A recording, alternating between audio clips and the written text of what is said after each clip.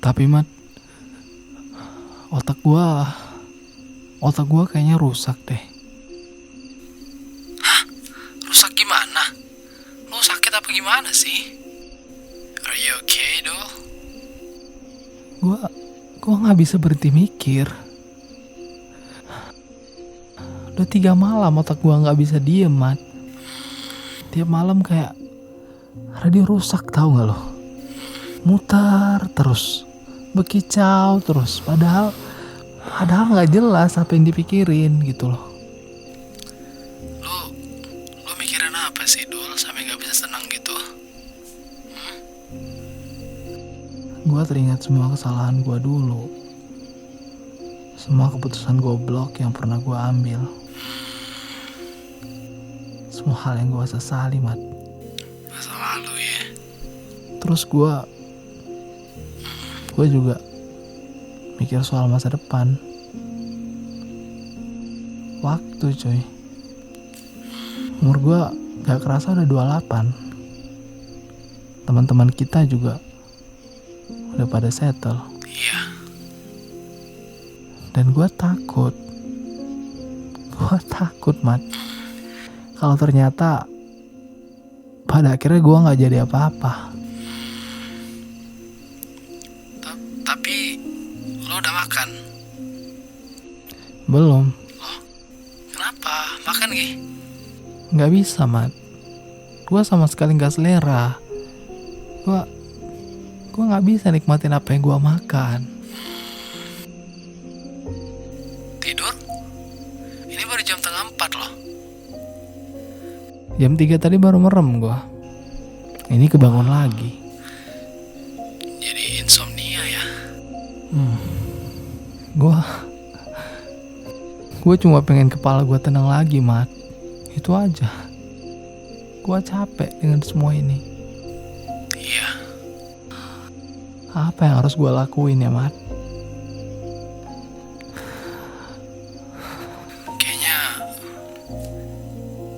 Kayaknya lo harus belajar buat berhenti ngurusin hal yang bukan urusan lo deh, Dul. Maksudnya? Oke, bakal gue jelasin pakai bahasa bayi ya. Jadi, di hidup kita tuh ada 2 jenis hal. Yang pertama yang bisa lo kendaliin, dan yang kedua yang gak bisa lo kendaliin. Oke? Masalahnya, manusia kayak lo nih, energinya malah habis buat yang kedua. Hal yang gak bisa atau gak lagi bisa lo kendaliin. Ya gimana gak kepikiran? Masa lalu gua berantakan, Mat. Kalau dianalogiin, masa lalu itu bisa lo ibaratin kayak chat yang udah lama dikirim. Oke? Lo bisa baca lagi story-nya, riwayatnya, tapi lo gak bisa edit, Dul.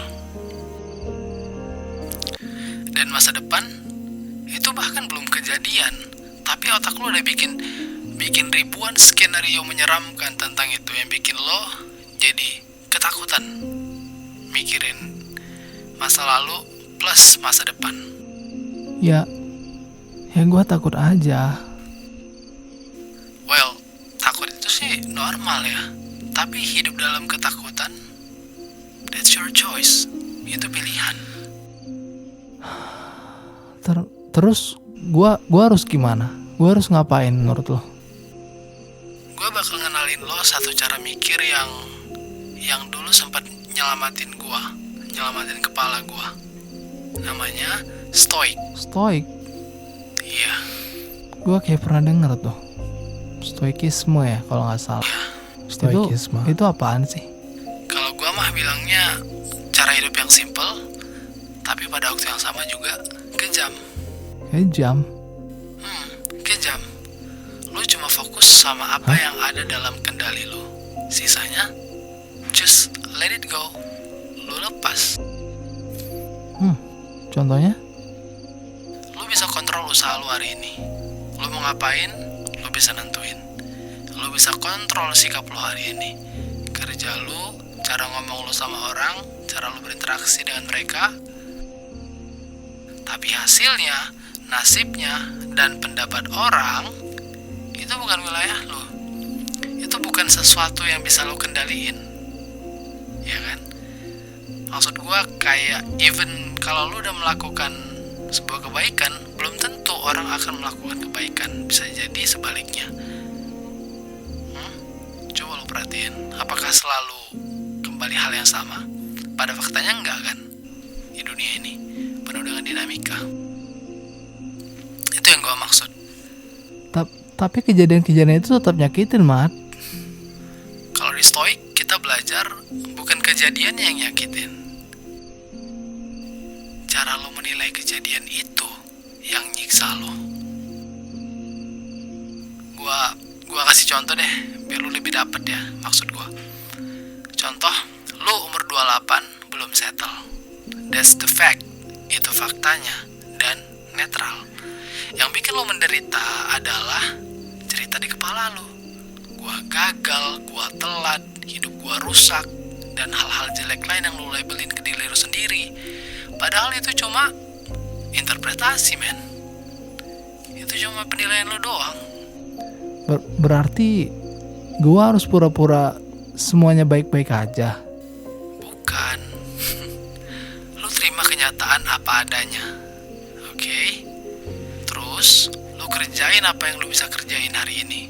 Nah, itu yang beda dari stoik ini. Jadi bukan sekedar menerima keadaan lalu ya udah biar begitu aja. Enggak. Di stoik kita belajar untuk enggak kabur dari masalah.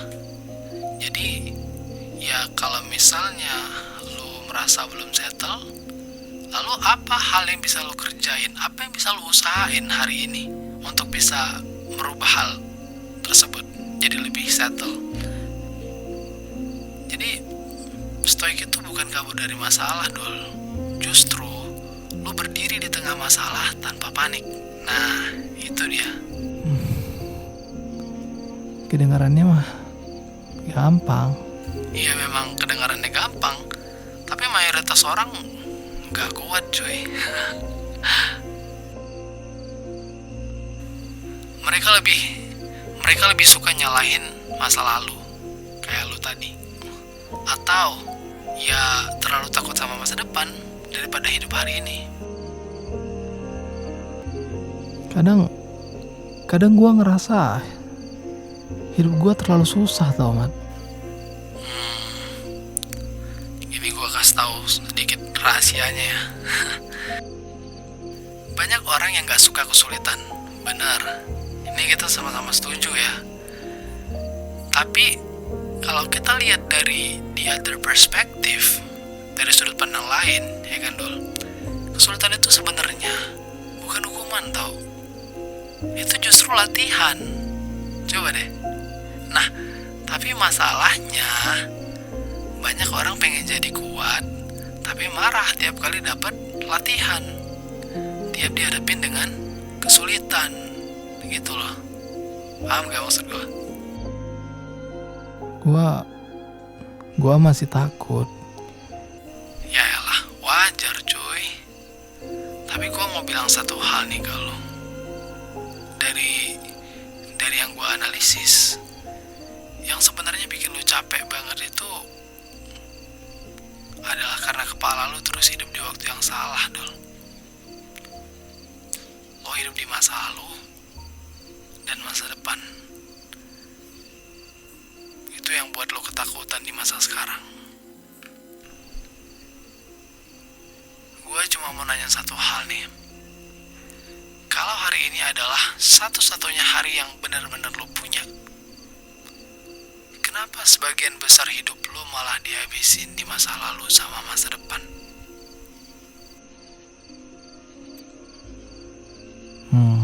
Gua paham sekarang. Gua udah ngerti, Mat. Makasih udah nyadarin gua buat live my life at the moment. Yoi, bro.